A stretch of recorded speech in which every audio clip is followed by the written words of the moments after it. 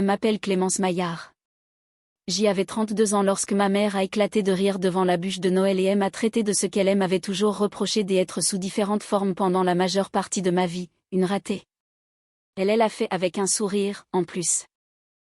C'était la partie la plus atroce. Pas de cris. Pas de rage. Juste ce petit rictus poli et bien rodé que les gens utilisent quand ils veulent vous humilier tout en restant charmant devant une pièce pleine de parents. Je me souviens du moment exact parce que tout le monde venait de finir d'applaudir mon frère aîné pour une histoire concernant ses nouveaux clients en gestion de patrimoine.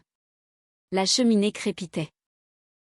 Les verres étaient encore à moitié pleins et je venais de prendre une dernière bouchée de dessert quand elle s'est penchée en arrière sur sa chaise et a dit, toujours le vilain petit canard de la famille, hein. Mon père ne m'a pas défendu. Il n'a même pas fait semblant d'être mal à l'aise. Il a juste baissé les yeux, a souri dans son verre de cognac et a laissé la pièce faire ce qu'elle faisait toujours, attendre que j'y avalais l'affront. Elle l'avait déjà fait auparavant. À 12 ans, à 16 ans, à 23 ans. Sourire nerveusement. En rire pour passer à autre chose. Mettre tout le monde à l'aise après avoir été insulté. Mais quelque chose dans cette soirée semblait différent. C'était peut-être la façon dont le silence s'était installé. C'était peut-être la façon dont quelques personnes me regardaient avec pitié au lieu de surprise. Comme si c'était devenu mon rôle assigné dans l'histoire familiale. Ou peut-être était-ce parce que j'y étais enfin fatiguée d'être la cible facile qui achetait la paix au prix de sa propre dignité. J'y ai posé ma fourchette, plié ma serviette, je me suis levée, j'y ai attrapé mon manteau et je suis sortie avant de dire quelque chose qui aurait fait exploser toute la pièce. 2 semaines plus tard, mon téléphone a sonné. La voix de mon frère est arrivée, sèche et paniquée. Pourquoi mon virement de loyer a-t-il été rejeté? Et ce fut le moment où tout a changé. Le trajet de retour entre Lyon et Nantes m'avait laissé trop de silence et pas assez de distraction, ce qui signifiait que chaque kilomètre se transformait en souvenir. Au moment où j'y ai traversé la région centre, je ne me contentais pas de rejouer le dîner de Noël. Je rejouais toute une vie. Les gens aiment dire que les blessures familiales sont complexes, mais la vérité est que certaines d'entre elles sont douloureusement simples. Un enfant est félicité pour le simple fait d'exister. L'autre est dressé pour gagner un respect élémentaire et ne l'obtient pourtant jamais. Mon frère avait toujours été le brillant, le sociable, celui qui savait mettre en scène sa réussite d'une manière que mes parents comprenaient. Il portait des chemises impeccablement repassées, disait des choses assurées, savait serrer des mains et parler en chiffres. Je travaillais de nuit, les week-ends et pour des appels des urgences avec des chaussures de sécurité, rampant dans des gaines techniques, vérifiant de vieux systèmes des ascenseurs commerciaux, rédigeant des rapports de sécurité auxquels la plupart des gens ne penseraient jamais jusqu'à ce que quelque chose tombe en panne et que quelqu'un soit blessé. Mon travail n'avait rien de prestigieux quand on le décrivait autour d'un verre de vin pendant les fêtes. Il semblait bruyant, graisseux, peu pratique et indigne de l'image que ma mère voulait pour sa famille. Elle avait l'habitude de me présenter comme si j'y étais un problème temporaire. Clémence se cherche encore. Clémence travaille avec des équipes d'entretien. Clémence a toujours été indépendante. Ce qu'elle ne disait jamais, c'est que je gagnais bien ma vie, que mon emploi du temps était brutal parce que les bâtiments ne cessent pas de dysfonctionner les jours fériés. Que j'y avais sauté la version décorative du succès et choisi celle qui vous permet de dormir la nuit parce que vous savez que votre travail compte vraiment. Des années plus tôt, alors que mon frère flottait d'une opportunité à une autre et brûlait ses commissions aussi vite qu'il les gagnait, je faisais quelque chose que personne dans ma famille ne remarquait. J'y épargnais, j'y investissais et j'y achetais une petite maison divisée en 2 appartements dans le quartier Zola à Nantes. J'y habitais une unité. Je louais l'autre. Puis, quand mon frère m'a appelé il y a 3 ans pour me parler d'un manque de liquidité à court terme après un autre investissement impulsif, j'y ai fait l'erreur que les gens comme moi font toujours avec la famille. J'y ai aidé. Je l'ai laissé emménager dans le 2e appartement à un tarif bien inférieur au marché parce qu'on m'avait dit que c'était ce que les bonnes sœurs faisaient.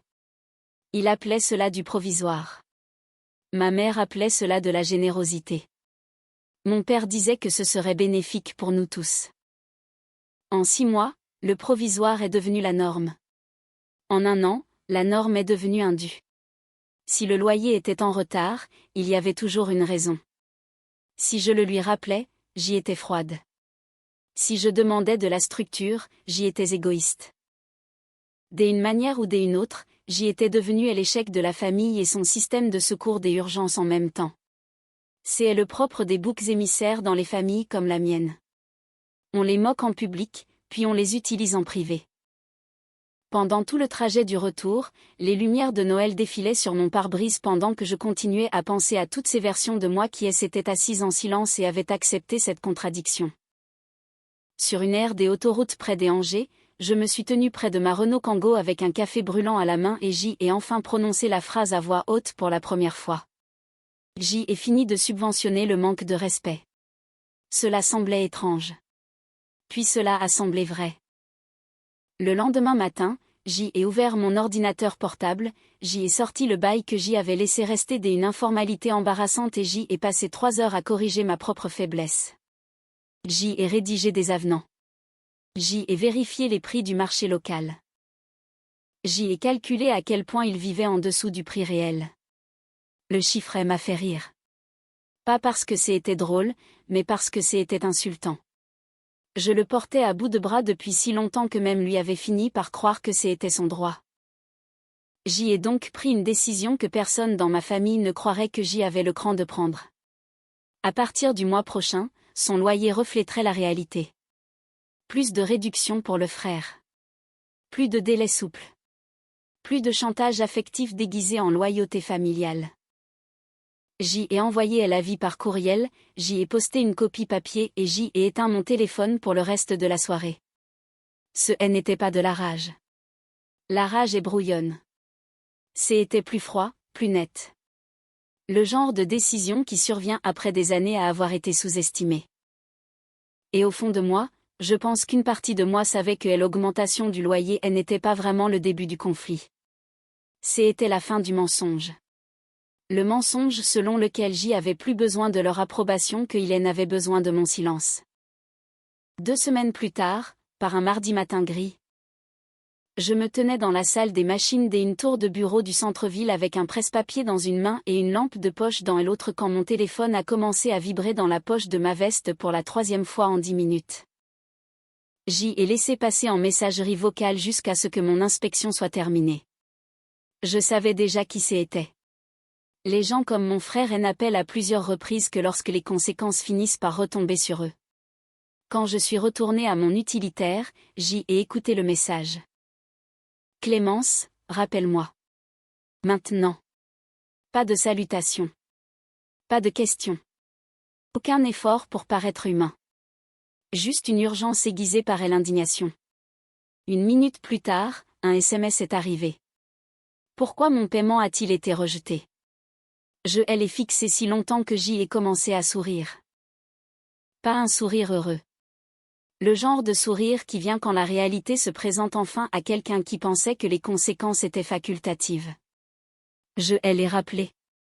Il a décroché avant même la fin de la première sonnerie. Que est-ce que tu as foutu, a-t-il lancé. Pas de bonjour. Aucune retenue. Juste une accusation instantanée. Tu l'as augmenté sans prévenir. Mon compte est à découvert. Je me suis appuyé contre mon véhicule et j'y ai regardé la vapeur froide sortir de ma bouche. Je t'ai prévenu, ai-je dit, par écrit. 2 fois. Il a juré entre ses dents et a commencé à me couper la parole. De la façon dont il le faisait toujours quand il voulait contrôler le rythme d'une conversation. Il a dit que c'était Noël. Il a dit que la trésorerie était tendue. Il a dit que les clients étaient lents. Il a dit que je le faisais passer pour un imbécile. Ce dernier point m'a intéressé. Pas qu'il ne puisse pas payer. Pas qu'il ait besoin de temps. Mais que je le faisais passer pour un imbécile. Ce qui m'a tout dit. Il ne s'agissait pas de difficultés financières. Il s'agissait des humiliations. Du choc de découvrir que la sœur dont il s'était moqué au dîner avait réellement tracé une ligne qu'il ne pouvait pas contourner par son charme. Tu ne peux pas faire ça à la famille, a-t-il dit. J'y ai laissé le silence s'installer assez longtemps pour l'agacer. Puis je lui ai donné la réponse que je portais en moi depuis le soir de Noël. La ratée de la famille a arrêté de financer ta vie. Il s'est tu pendant une fraction de seconde. Et dans cette demi-seconde, je pouvais presque entendre son cerveau essayer de décider s'il devait crier plus fort ou pivoter vers la culpabilité. Il a choisi les deux. Tu es sérieuse là? Tu me punis parce que maman a fait une blague? Non, ai-je dit calmement. Je te facture ce prix parce que tu es un locataire. La blague m'a juste aidé à m'en souvenir. Il a ri alors, mais c'était un rire laid et forcé. Waouh, tu es vraiment aigri. Non, ai-je dit. Être aigri aurait consisté à changer les serrures. Ça, est juste de la paperasse. Il a explosé après ça. Elle m'a traité de mesquine. De rancunière. A dit que j'y avais toujours été jalouse de lui. Que tout le monde savait que je ne supportais pas de le voir réussir. J'y ai écouté plus longtemps que je n'aurais dû. Principalement parce que c'était éclairant. Les gens disent la vérité quand ils paniquent, pas la vérité factuelle, la vérité morale. La vérité sur ce qu'ils pensent que vous êtes. Pour lui, je n'ai jamais été une sœur avec des limites. J'y étais une infrastructure, un service public, une ressource silencieuse qui existait pour rendre sa vie plus fluide. Quand je l'ai interrompue, ma propre voix m'a surprise. Écoute attentivement. À partir de ce mois-ci, le tarif est celui indiqué sur le bail. Tout retard après le délai de grâce entraînera des pénalités. Si cela ne te convient pas, tu es libre de partir à la fin du préavis. Il a aspiré de l'air entre ses dents comme si je l'avais giflé. Tu mettrais ton propre frère à la porte. Non, ai-je dit. J'y attendrai un homme adulte qu'il paie pour l'endroit où il vit. Il m'a raccroché au nez. 10 minutes plus tard, il a envoyé le transfert quand même, mais pas avant d'avoir joint un message si enfantin qu'il aurait été drôle s'il n'était pas si familier. C'est la dernière fois que tu obtiendras quoi que ce soit de moi, espèce d'ingrate. J'y ai regardé l'écran, j'y ai pris une capture des écrans, je l'ai archivé et je suis retourné au travail. C'était la première fois depuis des années que je réalisais quelque chose d'important. Quand les gens perdent la possibilité de vous utiliser, ils qualifient vos limites de cruauté. Le soir même, le groupe de discussion familiale était actif sans moi. Ma mère a posté une citation passive-agressive sur la loyauté. Mon père a envoyé un pouce levé à quelque chose que mon frère avait écrit sur les gens qui oublient d'où ils viennent. Personne n'a demandé ce qui s'était réellement passé. Personne n'a demandé si j'y allais bien. Ils savaient déjà quel rôle m'avait été assigné, et aucun d'eux ne voulait que le scénario change. Trop tard. Je l'avais déjà réécrit. Les jours suivants m'ont montré exactement à quel point la version du pouvoir de ma famille était fragile. Une fois que j'y ai cessé de coopérer, ils sont devenus embarrassants de prévisibilité. Ma mère a appelé 2 fois et a laissé 2 messages vocaux dramatiquement blessés sur la déception que lui causait mon timing, comme si le problème n'était pas des années de manque de respect, mais le fait que j'y avais choisi le mois de janvier pour arrêter de le financer. Mon père a envoyé un message qui disait « Nous devons tous nous calmer et nous rappeler que la famille c'est la famille ». Ce qui était sa spécialité de toujours, réduire la blessure de quelqu'un d'autre pour que la personne la plus bruyante reste à l'aise. Mon frère, pendant ce temps, a rendu la performance publique de la manière la plus moderne possible, sur les réseaux sociaux. Il a posté une story sur la trahison avec un fond noir et du texte blanc. Puis une photo d'une tasse de café avec une légende expliquant comment certaines personnes détestent le succès et attendent des moments de vulnérabilité pour attaquer. Puis, apparemment particulièrement inspiré, il a mis en ligne une photo de famille souriante de Noël, recadrée pour que je n'y sois pas, et a écrit « Certains liens sont réels, des autres ne partagent que votre nom de famille ». Celle-là m'a presque fait rire, surtout parce que c'était un appel au secours tellement transparent pour obtenir de la validation. Mais ce qui a tout changé pour moi n'était pas leur mesquinerie. C'était ce qui se passait dans ma propre vie pendant qu'ils étaient occupés à mettre en scène leur indignation. La même semaine où tout cela se déroulait, j'y ai décroché un contrat municipal via un cabinet de conseil en infrastructure avec lequel j'y essayais de travailler depuis des mois. C'était le genre de travail qui me placerait sur une meilleure trajectoire professionnelle et financière. Plus des audits de sécurité commerciale, moins des appels de nuit des urgences, Plus d'influence, plus de liberté. J'y ai signé les documents assise à ma table de cuisine pendant que mon frère était à l'étage, dans l'autre appartement, prétendant en ligne qu'il était une victime tragique de la cruauté féminine. Le contraste était presque cinématographique. En bas, je construisais. En haut, il partait en spirale. Et pour la première fois, j'y ai cessé de voir cela comme triste. J'y ai commencé à voir cela comme une information. Mon amie Tessa est passée vendredi soir avec des plats à emporter et assez d'honnêteté brutale pour me faire sentir à nouveau saine d'esprit. Elle s'est assise en tailleur sur mon canapé, a parcouru l'un des messages de mon frère et a ricané. Ma gentillesse ne lui manque pas, a-t-elle dit. C'est ta réduction qui lui manque. J'y ai ri si fort que j'y en ai presque pleuré parce que c'était exactement ça. Ma famille ne détestait pas la personne que j'y étais devenue. Ils détestaient la personne que j'y avais cessé d'être. Plus d'excuses en premier juste pour apaiser les tensions. Plus besoin de diminuer mes réussites pour que mon frère puisse rester l'exemple doré. Plus besoin de traduire la cruauté de ma mère en inquiétude parce que c'était plus joli ainsi. Au cours de la semaine suivante, les choses ont empiré pour lui, mais pas parce que j'y avais fait quoi que ce soit de dramatique. La réalité elle a fait pour moi. Il était encore en retard, cette fois sur un transfert de charges qu'il pensait pouvoir régler plus tard. Un de ses clients s'est retiré d'une affaire.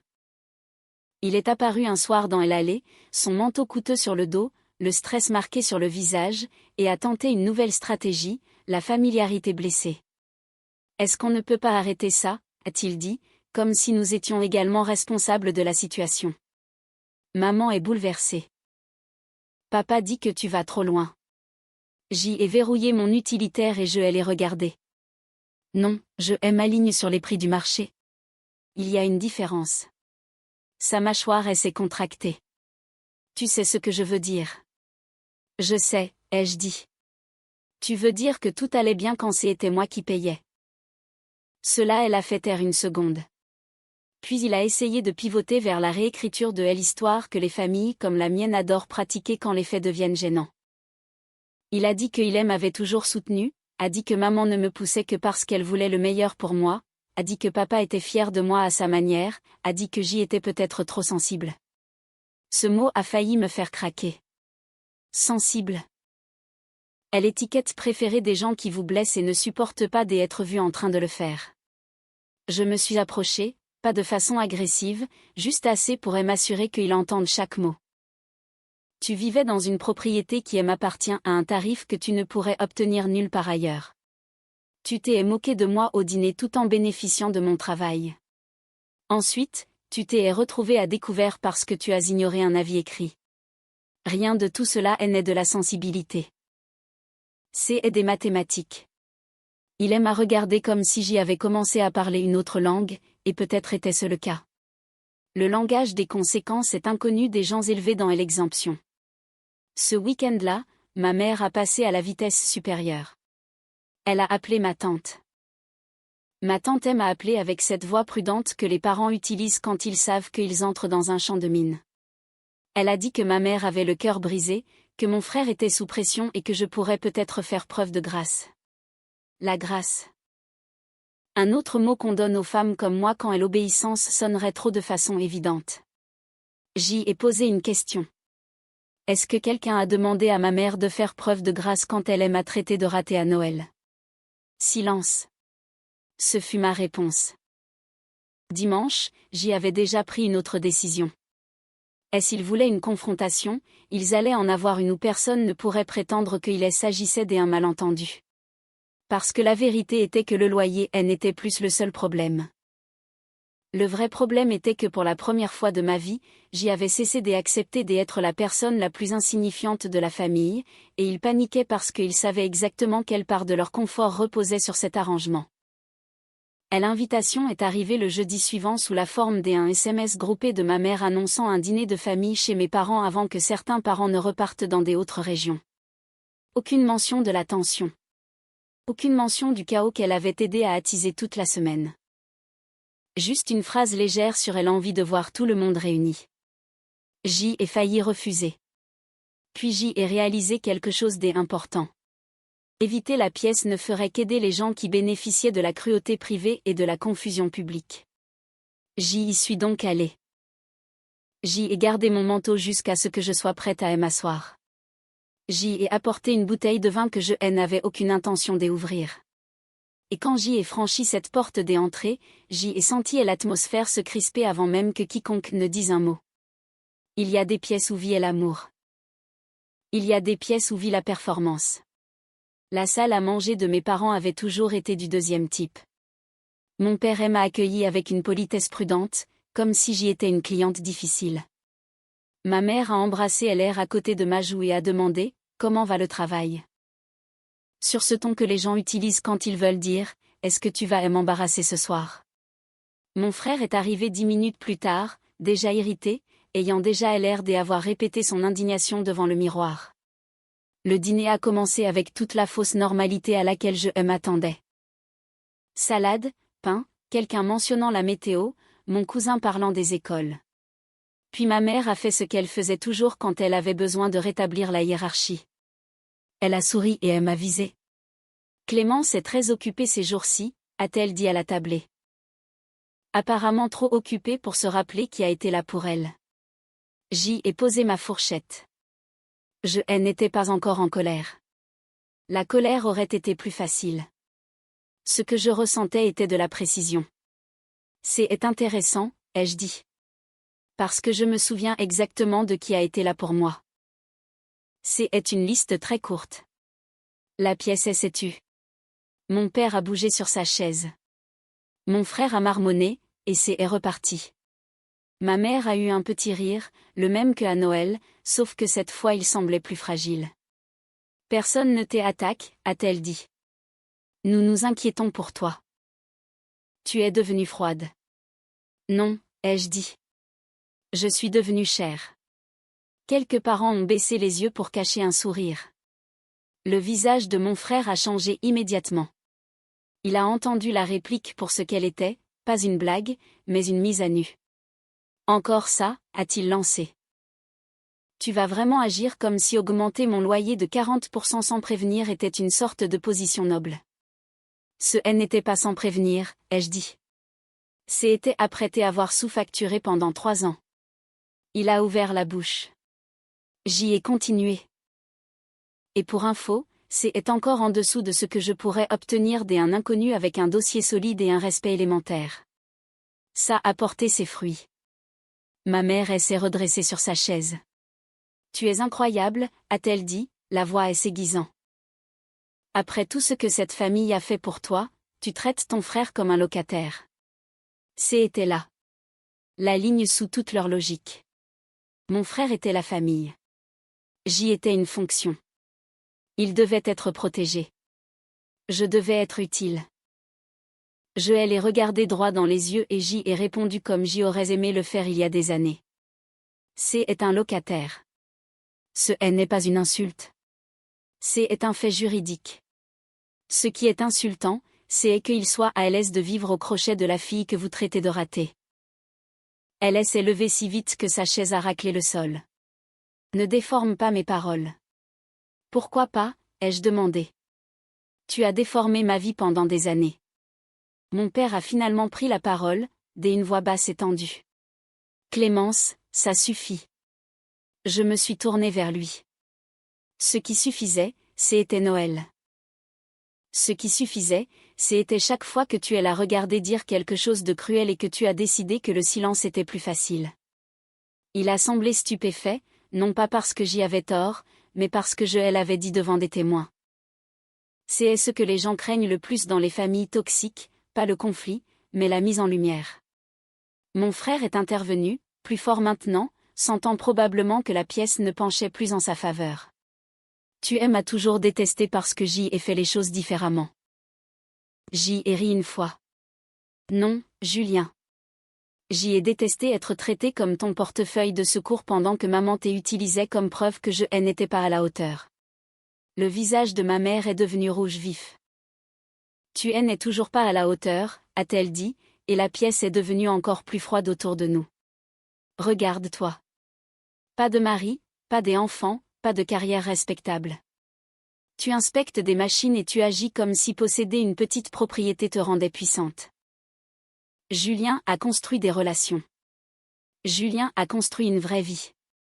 Toi, tu as juste appris à encaisser des paiements et à juger tout le monde. C'était là.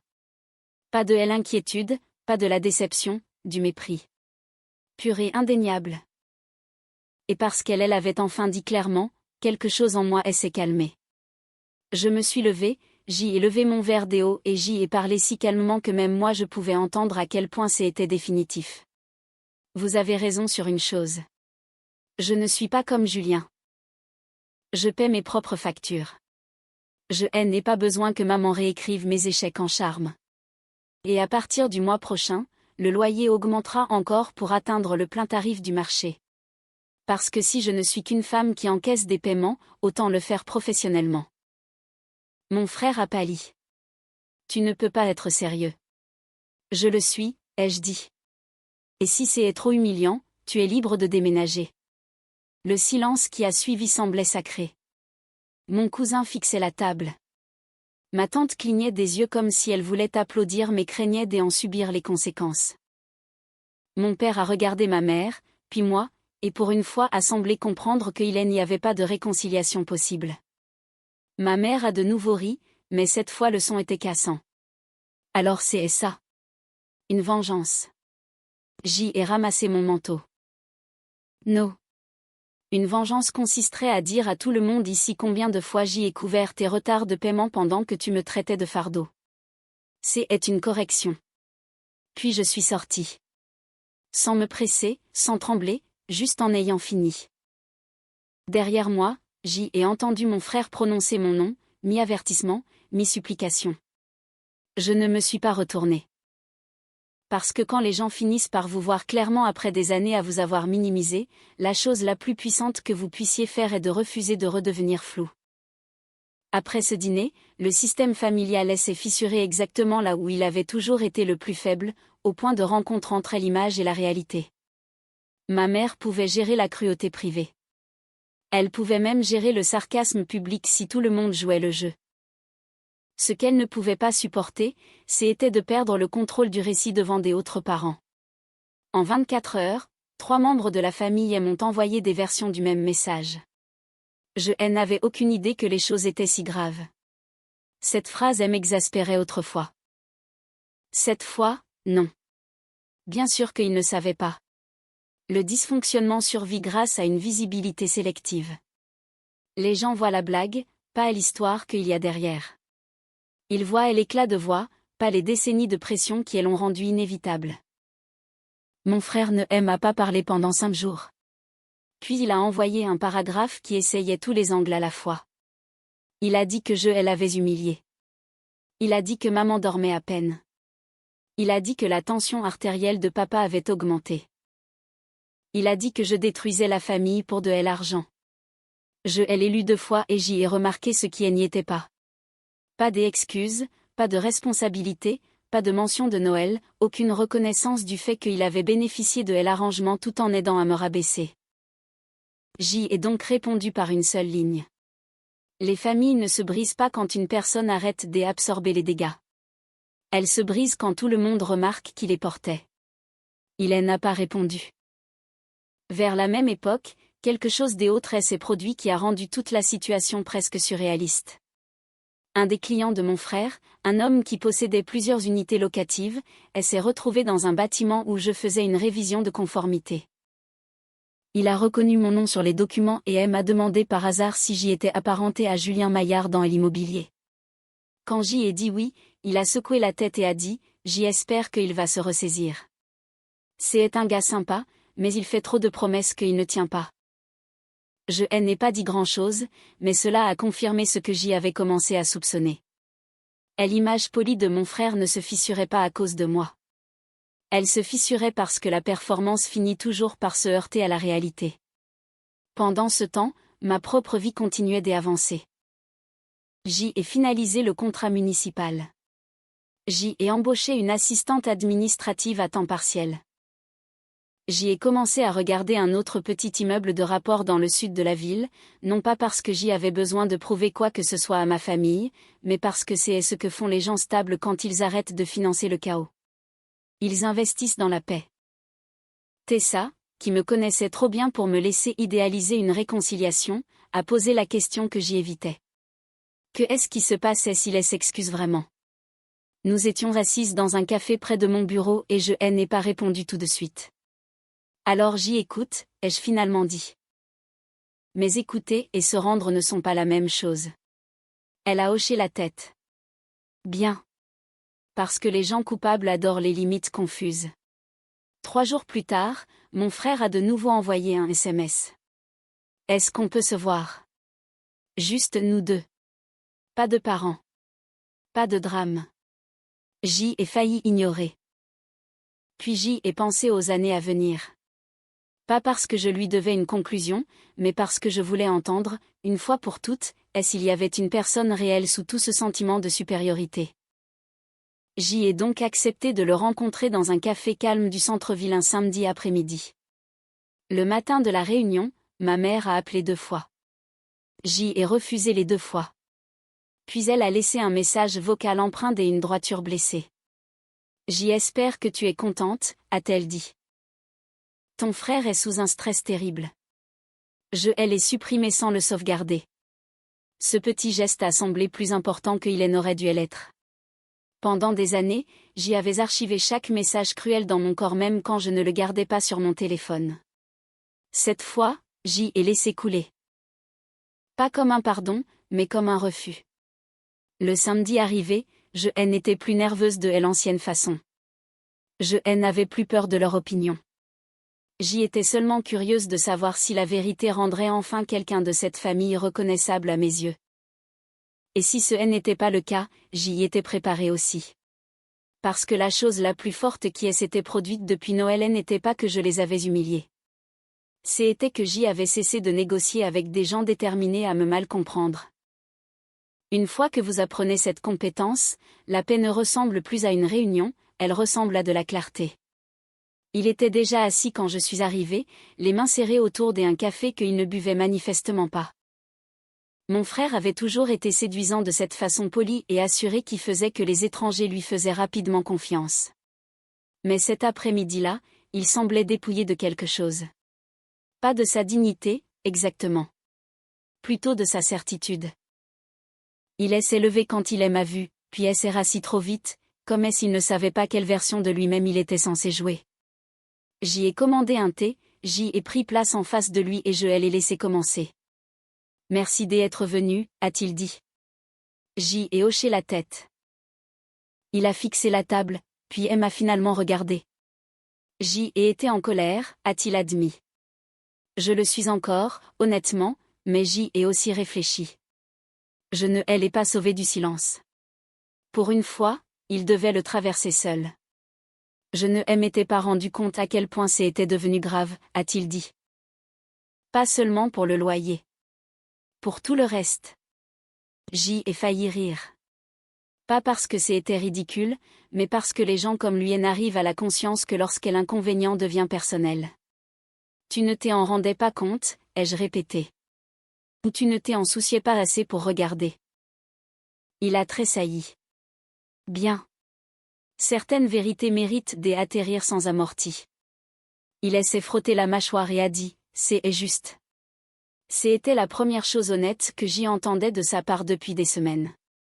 Puis il est ma surprise. Après le dîner, tante Mélanie m'a appelé, a-t-il dit.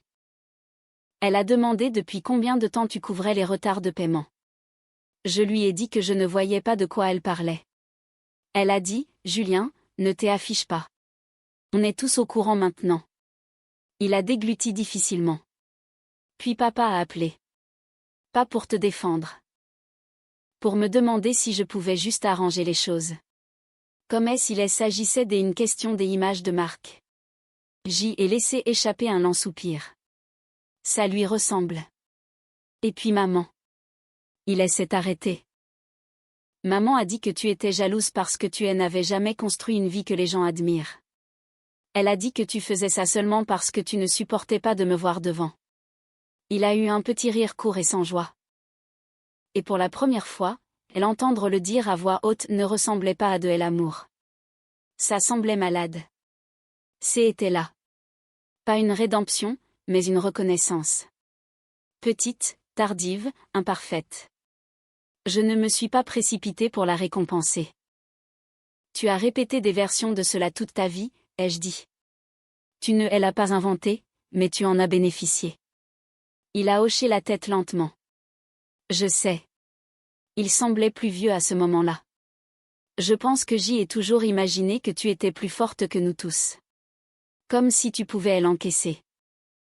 C'est ce que les gens disent quand ils veulent avoir accès à l'endurance de quelqu'un sans se sentir coupable de l'utiliser. Ses yeux se sont levés vers les miens.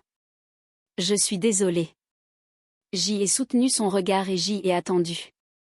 Une véritable excuse prend de l'ampleur sous la pression. Une fausse s'effondre en excuse.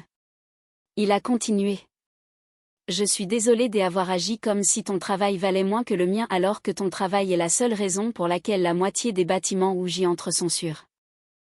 Je suis désolée d'avoir pris l'appartement et la réduction et d'en avoir fait quelque chose que je pensais mériter. Je suis désolée d'avoir laissé maman parler de toi comme ça. Je suis désolée d'y avoir participé. C'était plus proche, pas parfait, mais plus proche. J'y ai serré mes mains autour de ma tasse et je lui ai dit la vérité qu'il s'attendait probablement à ce que j'y atténue. Tu n'es pas désolé parce que tu m'as blessé. Pas en premier. Tu es désolé parce que j'y ai arrêté de te rendre les choses faciles. Il a fermé les yeux une seconde, puis a hoché la tête. Ouais, a-t-il dit doucement. Au début, c'est vrai. Mais plus maintenant. Je l'ai cru en partie, ce qui, dans des familles comme la mienne, est à peu près aussi proche de la grâce que l'on puisse raisonnablement arriver. Il a sorti une feuille de papier pliée de la poche de son manteau et elle a fait glisser sur la table. C'était un avis pour un nouveau complexe des appartements. Un logement plus petit, un loyer plus élevé. Date des emménagements le mois prochain. Je pars, a-t-il dit. J'y aurais dû le faire il y a longtemps. J'y ai regardé le papier, puis je l'ai regardé. C'est probablement mieux ainsi. Il a eu un sourire fatigué. Je me doutais que tu dirais ça. Nous sommes restés assis en silence un moment, puis il a dit la chose qui, je pense, comptait le plus. Maman veut que je coupe tout contact avec toi. Elle dit que tu essaies de punir la famille pour tes propres échecs. Je n'ai rien ressenti quand il l'a dit. Pas de choc. Pas de chagrin. Juste une confirmation. Et qu'en penses-tu, ai-je demandé. Il a regardé ses mains. Je pense qu'elle a besoin de quelqu'un en dessous d'elle pour se sentir stable. Et pendant longtemps, c'était toi. Cette phrase aurait dû me briser. Au lieu de cela, elle m'a libérée d'une manière que la colère n'aurait jamais pu faire. Parce qu'une fois que la vérité est dite clairement, vous arrêtez de gaspiller de l'énergie à essayer de la transformer en quelque chose de plus aimable. Je me suis penchée en arrière et j'y ai dit, alors écoute attentivement, Julien. Je ne reviendrai pas à ce que c'était. Pas avec le loyer. Pas avec les dîners de famille. Pas avec maman. Si tu veux une relation avec moi, elle sera adulte, directe et séparée de n'importe quel jeu auquel elle joue. Je ne serai plus jamais insultée par sport ni utilisée par commodité. Plus jamais. Il a immédiatement hoché la tête. Je comprends. Non, ai-je dit. Tu commences à comprendre. C'est différent. Il a accepté cela aussi. Et là, au milieu d'un café qui sentait le grain torréfié et les manteaux des hivers humides, j'y ai réalisé quelque chose que j'aimerais que plus de gens comprennent plus tôt. La conclusion ne se présente pas toujours sous forme de retrouvailles. Parfois, elle se présente sous forme de langage. Comme la capacité de nommer ce qui s'est passé sans s'excuser de le nommer. Comme le refus de continuer à traduire la cruauté en amour simplement parce qu'elle vient du sang. Quand nous nous sommes levés pour partir, mon frère a hésité comme s'il voulait m'embrasser. Je n'en ai pas proposé. Pas pour le punir. Juste parce que la guérison n'est pas du théâtre. Et j'y en avais fini de mettre en scène des sentiments que je n'avais pas atteints. Il a hoché la tête, a dit, Prends soin de toi Clémence. Et il est sorti dans le froid. Je l'ai regardé partir et je me suis sentie plus légère qu'à Noël. Plus légère que je ne l'avais été depuis des années. Non pas parce que j'y avais gagné une sorte de fantasme de vengeance dramatique, bien que je comprenne pourquoi les gens appelleraient cela ainsi. Mais parce que j'y avais enfin répondu à la question que ma famille me posait toute ma vie. Que est-ce qui se passe quand la fille que vous traitez comme le raté de la famille arrête de se porter volontaire pour ce rôle? Voici ce qui arrive. Le loyer est payé ou le locataire s'en va. Les blagues cessent d'être drôles.